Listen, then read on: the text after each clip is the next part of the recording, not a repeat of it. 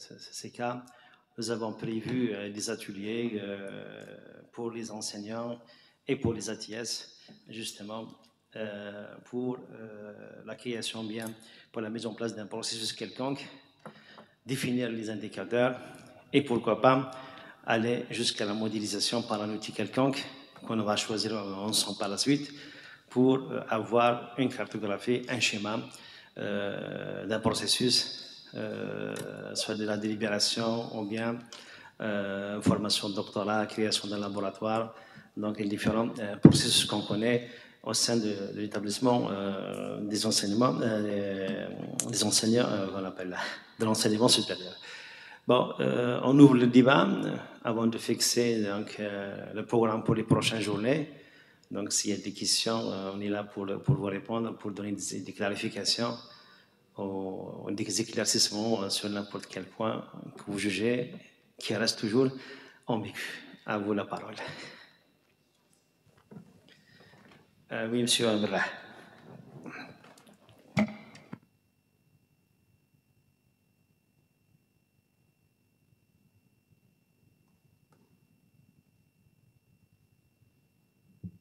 Salam alaikum,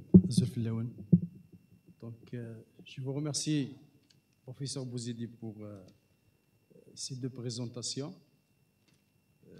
Ça montre la quantité de travail que vous allez faire. Donc, je ne vais pas tarder, j'ai 2 ou 3 questions. Donc, pour être précis, ma première question. Dans l'élaboration de cette plateforme Digitac, est-ce que vous avez tenu compte des spécificités des universités algériennes qui sont différentes de celles européennes? Par exemple, l'objectif de la formation, comme vous l'avez dit, c'est par exemple, ici à Béger, par exemple, pour faire 14 semaines. Alors cet objectif, il n'est pas prioritaire en Europe. Aussi pour la recherche. Ici, on fait la recherche peut-être pour être bien classé, peut-être pour avoir, c'est-à-dire de bons chercheurs, mais en Europe, c'est pour faire intervenir dans l'industrie, etc. D'accord, Cheikh. Ma deuxième question, est-ce que vous avez associé certaines instances telles que le bleu, l'incubateur, etc. Et sachant que ces dernières années, parce que le projet Digitac a été adopté avec l'ancien ministère, et maintenant avec la nouvelle équipe dirigeante, les objectifs ne sont pas les mêmes choses. Aujourd'hui, on veut promouvoir les EAD, les enseignements à distance, et on veut aussi y aller vers les startups. Est-ce que ça, parce que pour vous, dans l'élaboration ou bien des indicateurs de performance, etc., est-ce que vous tenez compte de ces changements, sachant que c'est récent? Ma troisième question, par rapport au projet de l'université. Où est-ce qu'il y a le projet de l'université dans le Digitac? Il y a une autre question, si vous permettez. Est-ce que la plateforme Digitac sera utile en même temps pour les écoles, les universités et les centres de recherche, ou bien uniquement pour l'université? Voilà. Merci.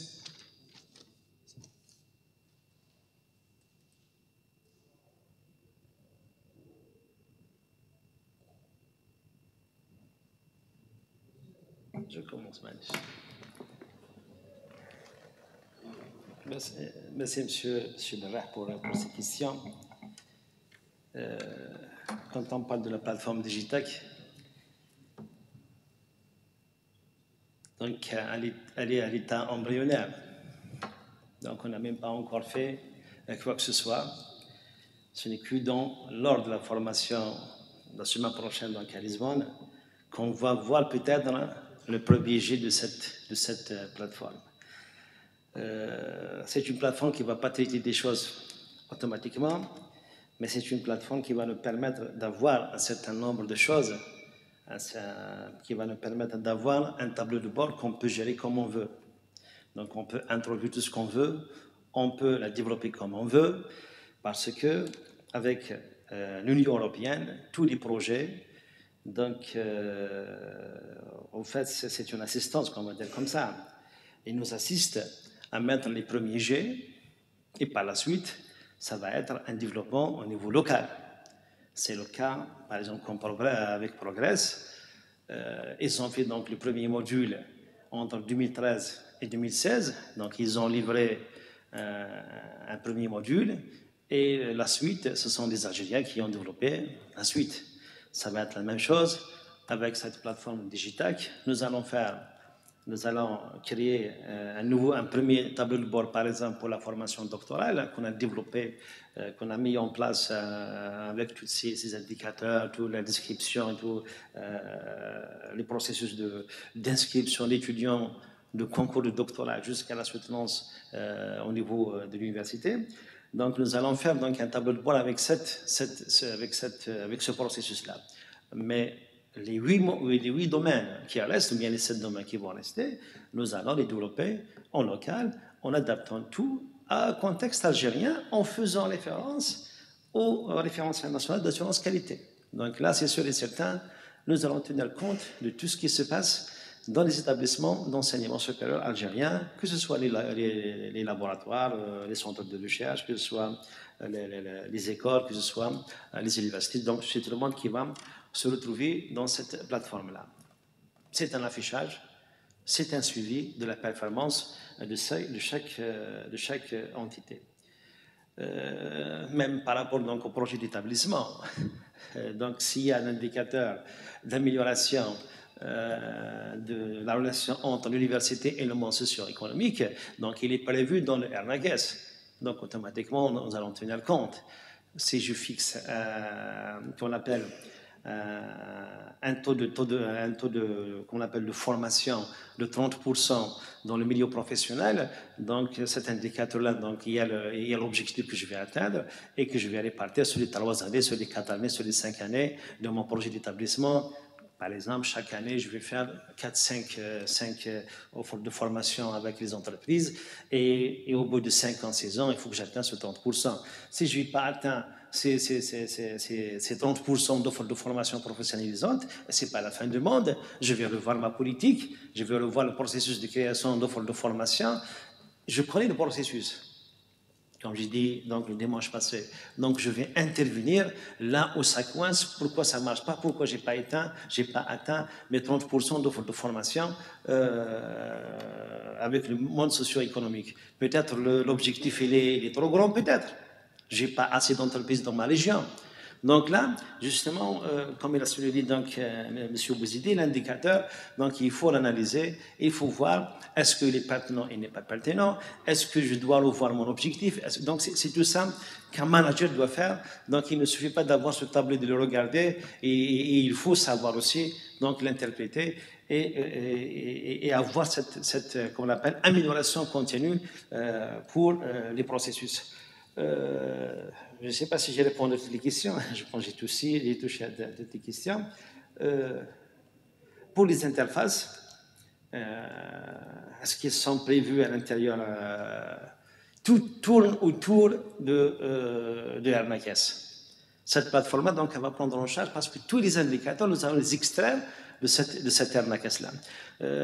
On parle donc les cellules qu'on appelle les structures d'interface, le CATI et le bleu, ainsi de suite. Le bleu, c'est le nombre de stages en général. C'est le nombre de conventions qu'on va signer avec les entreprises. Je prends le CATI, c'est le nombre de brevets déposés, donc ils sont prévus dans l'évaluation des établissements.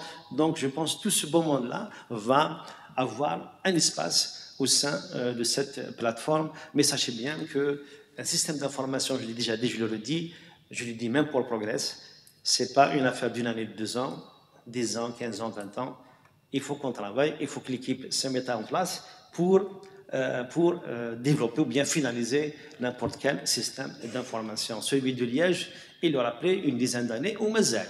Donc, Mazel, il reste encore donc, à développer des choses dans n'importe quel système d'information. Avant, on était dans un enseignement classique. Aujourd'hui, on était dans l'enseignement à distance. Et dans l'avenir, cet enseignement à distance, il sera renforcé davantage. Ça veut dire qu'on doit même adapter, qu'on appelle donc tous nos indicateurs par rapport donc à cet enseignement à distance. Aujourd'hui, il n'y a que des matières qu'on enseigne à distance. Demain, peut-être, nous allons avoir des formations à 100% à distance. Et pourquoi pas? D'accord? Donc, il y a beaucoup de choses qui peuvent affecter, qui peuvent influencer n'importe quel processus donc, au sein de l'université. Et des fois, une simple décision politique donc, elle peut carrément chambouler votre système d'information, bien votre mode de fonctionnement au sein de votre université. Je ne sais pas si j'ai touché M. Haki avec ça. Je vais juste rajouter quelque chose. Donc, alors, par rapport au projet d'établissement, par rapport à l'intégration des écoles, des universités et des centres de recherche. Il faut savoir que la plateforme digitalisation, c'est une plateforme qui sera utilisée d'abord par la tutelle, le ministère de l'Enseignement supérieur et de la Recherche scientifique, aussi par les établissements, y compris les écoles et les centres de recherche. Voilà, donc il faut tout de même, quand on parle de digitalisation, donc il y a un plan stratégique, etc., quels sont les objectifs à atteindre, quels sont les processus qu'on a au niveau de l'établissement. Ensuite, il suffit de les définir et de les mettre sur la plateforme. Donc là, ça dépendra essentiellement. Donc si vous parlez aussi de l'enseignement à distance, des startups, etc., cela dépendra aussi de la volonté du ministère de l'Enseignement supérieur et des établissements. Donc s'ils veulent le réaliser, effectivement, il sera intégré dans la plateforme digitale. Il n'y a pas de souci, parce que c'est des objectifs à atteindre, il faut mettre des indicateurs, etc. Donc là, il n'y a pas de souci dans ce sens. Ensuite, vous avez posé une première question sur les spécificités. Alors, quand on parle de spécificité, il faut faire un petit peu attention. Et souvent, on parle de ça parce qu'on dit qu'on a les spécificités algériennes. Il faut faire attention, parce que généralement, on va atteindre des standards internationaux, etc. Donc, si vous limitez à vos spécificités, vous réduisez un petit peu le niveau de la qualité que vous exigez. C'est pas parce que vous ne faites pas quelque chose que vous ne devrez pas l'intégrer au niveau de votre plateforme, ou même dans votre projet d'établissement, ou même dans votre façon de fonctionner, etc. Il ne faut pas toujours se référer aux spécificités de l'établissement. Mais c'est vrai, il faut tenir compte de certains paramètres, le contexte local, le mode d'enseignement, la gratuité de l'enseignement au niveau en Algérie, etc. Il faut tenir compte de ça. Mais pas pour minimiser le niveau de qualité, etc. Voilà, c'est ce que j'ai à dire par rapport à ça. Je vous remets la parole. D'autres questions? Allez-y, n'hésitez pas.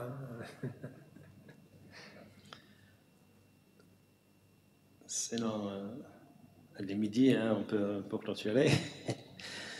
Bon. Alors, avant de vous libérer, donc demain, pour les enseignants, donc il y aura un atelier pour justement essayer de modéliser donc un processus. On s'est entendu donc avec l'équipe sur un processus de délibération de fin d'année ou bien semestriel que nous allons essayer de modéliser. Nous allons essayer d'envoyer un email à tous les enseignants qui ont assisté à cette formation pour qu'on puisse faire cet atelier. Monsieur Saïd, je ne sais pas si on peut le faire au niveau du centre de calcul, parce que si on aura le temps, nous allons essayer de remplir quelques fiches sur l'Excel où nous allons essayer de faire quelques activités sur les processus, les indicateurs, les risques. Il y a beaucoup de choses quand même à faire. Pour les ATS, donc vous aurez aussi votre part d'atelier qui va avoir lieu d'ici peut-être entre le 9 et le 10-11 juin ou bien après, parce que vous serez responsable, Inch'Allah, donc on pourra vous présenter même la plateforme des GITAC. Nous allons faire donc une présentation de la plateforme des GITAC, mais avant d'arriver à ça, vous allez faire aussi donc un processus. Nous allons voir quel est le processus qui sera préparé par les enseignants ou bien donc un autre processus que vous allez essayer de modéliser. Et pour les informaticiens, peut-être donc on verra vous allez carrément modéliser sur le BPMN ou bien sur le Bonita Soft, on verra l'installation donc de logiciels au niveau de centre de calcul. Donc les listes nous les avons. On va vous envoyer donc un email dès que c'est possible pour organiser donc la formation pour les ATS, l'atelier des ATS. Pour les enseignants, donc on vous donne un rendez-vous demain matin à 9h. On va le faire au centre de calcul en petits groupes. Nous allons essayer de faire quand même donc un processus ou deux, essayer donc de faire le maximum de choses pour voir que c'est pas aussi simple qu'on le carroie. Donc avoir donc un processus, les indicateurs, les risques, l'analyse des objectifs. Donc quand même il y a beaucoup de choses à voir dans ces processus-là. Donc s'il n'y a pas d'autres questions, s'il n'y a pas d'autres interventions, donc on dirait raté comme ça. Merci beaucoup et à demain pour les enseignants. Merci pour votre patience et à comme ça. Une photo. Donc une photo de groupe. Oui. Voilà Si vous permettez, on va prendre une photo. Avant de partir.